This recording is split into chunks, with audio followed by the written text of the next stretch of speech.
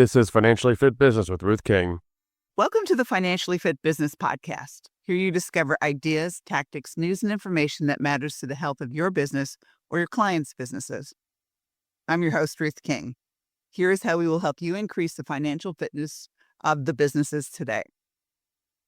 AI is being touted by some as totally taking over the accounting industry. Maybe.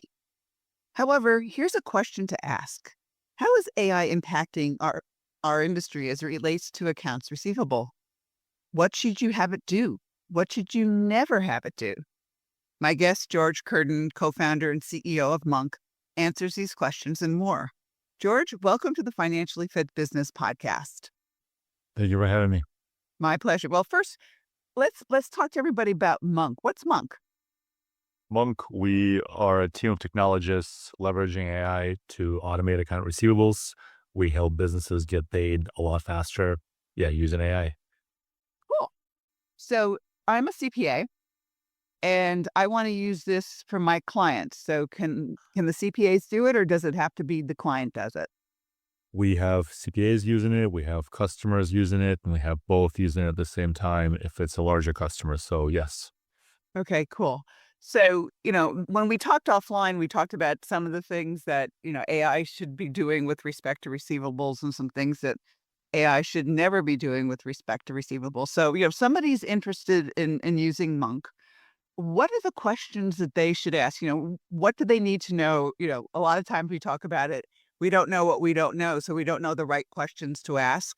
So what would be the appropriate questions to ask before implementing Monk? Yeah, I think one of the main questions are the integrations. Like we deeply believe in our technology, and we've done some very unique things with deploying the advances from the models to the customers. But our system has to work with other systems. And so the first question to ask, and how I would possibly disqualify a customer, is if we do or do not integrate with their systems. For example, if the customer is on NetSuite, Sage, QuickBooks, or business like Stripe, that's a yes, because we have to ingest the data.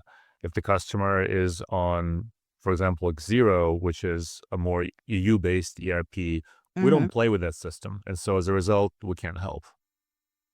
Right. And some of them are on these really esoteric systems that were developed in the 1990s, and they still haven't gotten off of those. And so I guess the answer is no for those too, right? Well, we developed a unique technology that would launch relatively quickly this summer to actually allow us to talk to the archaic ones. And I don't want to go through too many of them, but we have a way. If they're US based, the answer is going to be yes. Okay. Yeah, because some of those systems, I've looked at them and it's like, and I know all of our listeners have looked at them and we kind of roll our eyes and say, okay, it's time to upgrade, Yeah. No, I hear you. Yeah. So talk a little bit about how Monk works. Yeah, we take invoices or contracts, and then we would dispatch them. We would then deploy agents to follow up on your behalf, and we would create rules, tonality, and different settings to deal with exceptions specific to your business. If your business requires uploading invoices to specific portals, if you have unique types of remittances, if there are specific objections unique to your business, we'll handle that. So that's one piece, and we'll get you paid quite quickly. Then there's a cash application piece. So a lot of businesses, especially businesses with high invoice volume, when the transactions hit the bank, how do you know which of these transactions map to the invoices out of all the transactions in your bank? It's a very tedious task called cash application, and we solve that as well, leveraging frontier models. And then there's a bunch of reporting on all these actions, and then we would push the data back to the ERP wherever they close their books. So Monk sits on top of ERPs, maybe the archaic ones like you mentioned, or NetSuite or Sage, performs these actions and then pushes the data back at month end. And so as a CPA, where we started the conversation, using us, you can increase your utilization, meaning you can now serve more customers because we're automating these tasks for you. You can have faster month end close, and then you can just drive more results for your customers. So they'll see their cash on hand jump as a result of working with us. Yeah, the thing that you really mentioned very well is like, okay, if you have high numbers of receivables and you don't know which ones have hit the bank other than in a big, lump sum. It takes time to go through that, and you get rid of that, right? Precisely, yeah. And a lot of sophistication goes into these problems, and the last mile of these problems is quite hard. But we've done some unique things here with the models to do that, yes. Cool. That makes life. Well, the thing is that you know, we've often said that, the boring, mundane tasks are something that AI can do very, very, very well. And this sounds, and that is a boring, mundane task. Yeah, I would agree. I mean, we're very motivated by doing this. I think there's a place for folks using the models for fun, and we're motivated by bringing the advances from these models to the rest of the economy for the boring tasks, yes. Right. So let's assume that we have the receivables in there. Let's say that the customer hasn't paid and, it's net 30 or something along those lines. Is there an invoice that gets sent out or an email, or do you handle that piece of it, or is that still somebody needs to talk? That's one of our most best performing modules. Yes, we handle that piece. We handle collections. Well, this is actually one of the areas where we started the company. We do an extraordinary job there. We would change tonality. We would write custom gorgeous copy. Once you work with us, it really feels like someone that is deeply educated and cares about your business and knows the nuances of your business is running your collections. That's the experience our customers have. So yeah, we'll handle it. We'll chase it down. If the customer responds with something unique, like, hey, give me your tax information, give me your W-9 form, upload it to this portal, maybe I don't want to pay, we'll actually deal with these objections. So our customers typically see their cash on hand jump significantly after using us. Well, yeah, I know that's one of the things that CPAs, not only CPAs, but, all business owners get really frustrated with is that, somebody has to follow up on receivable days. Otherwise it gets bad. Yeah, agreed. But Yeah. again, like just briefly on this one, following up timely and professionally and like a human being as opposed to a rigid invoice. No one wants to respond to like invoice number 1020 from QuickBooks. People want to respond to a person. But then I think dealing with objections and dealing with issues that hit your inbox as opposed to, waiting for them because no one wants to do that either is what actually helps people get paid faster. Yeah, absolutely. So before we take a break, if somebody wants to reach out, where do they do that? Please go to monk.com or you can email me, george@monk.com. We're a team based in New York. We work obsessively and we'd love to help. Very good. Monk.com. Yep. And just plain old monk.com, correct? Precisely. Yeah, that's it. Just monk.com. Very good. We'll be right back. Thanks for listening to the Financially Fit Business Podcast. Financial advisory services are the key to the longevity of the accounting profession.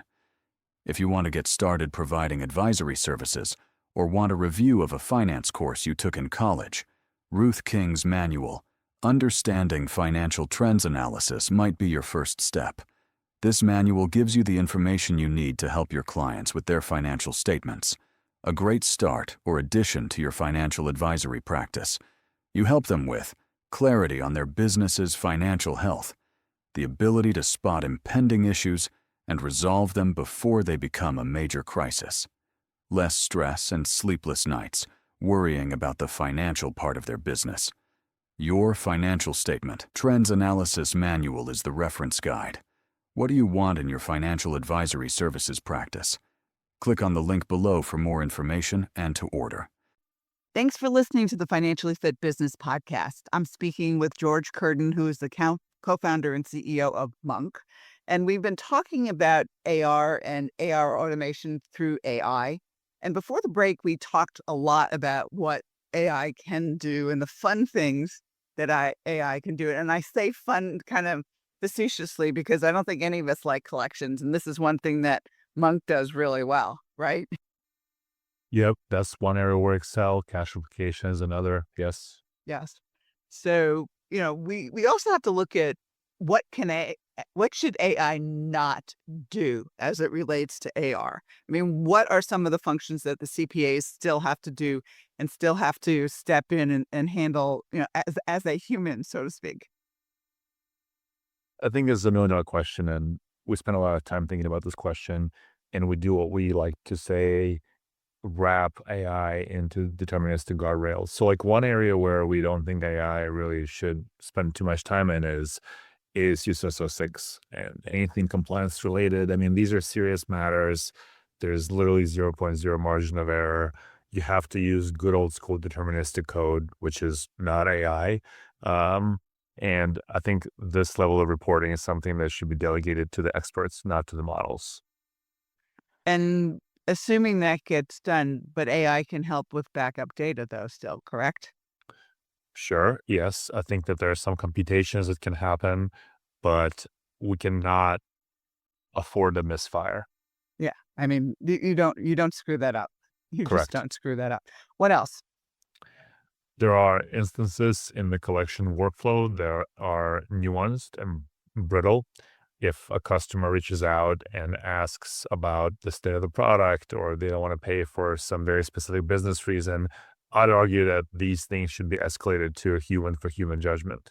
I'd argue that the very last mile of some of these workflows, you have to use AI to escalate, but don't use it to answer. Maybe you could use AI to draft a response, but don't use AI to answer.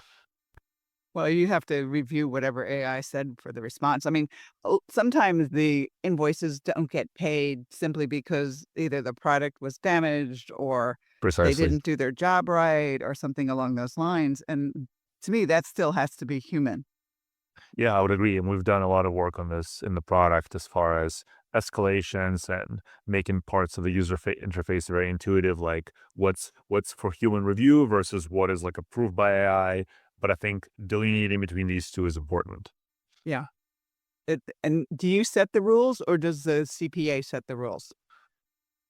Either or, it depends. We work with our customers and they could ask my team to set the rules, or we have ways that the customer can self-serve. Okay.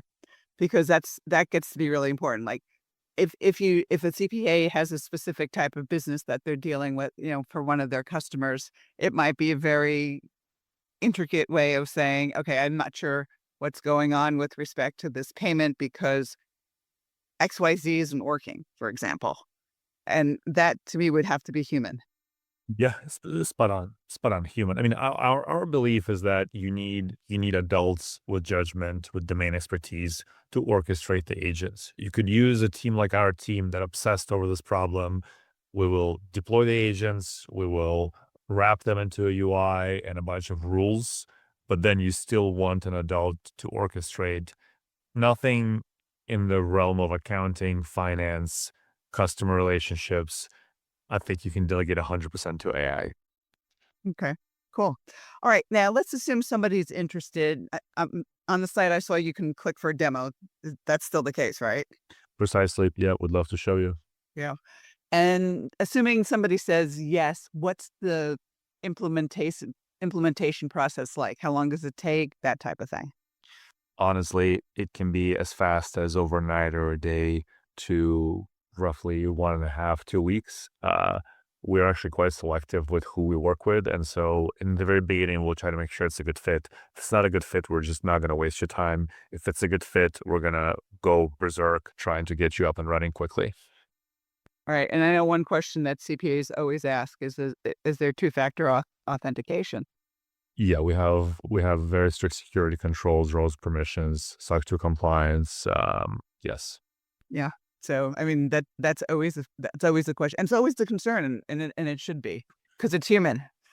I would agree. And we take all this stuff very seriously. Good questions on like what AI cannot do. These are very like astute questions. Well, cool. All right. So final thoughts about Monk and using AI for receivables and things along those lines. I think it's worth deploying AI into these workflows. They're mission critical, and I'm very, very biased because it is my company. But teams that spend time obsessing over these workflows and how to use AI correctly, I think the customers that lean into this will see a huge jump. And I think that my super final thought is that like this will become the norm. It already is. And I think that those that lean in will see a big jump, and those that do not will probably get left behind. Yeah, I think we're heading in that direction also. Give everybody the website again, please. Monk.com, monk.com. And yeah, that's it. That's us. That's you and your email address or what you gave us before the break. I'm sorry. I Oh, forgot. yeah. George at monk.com. Please reach out and I'll show you the product. Very good. George, thanks so much for being with us. Of course. Thank you. And thanks to all of you for joining us. Choose one thing that you discovered and implement it in your business. These ideas, tactics, and strategies help you make more money, have more free time, and give back. If you like today's program, spread the word. Please review this podcast on any device you're listening to it on. Help a business owner improve the health of his company. For comments or questions, call me at 770-729-8000 or email rking@financiallyfit.business. Thanks for listening. Have a great and profitable day.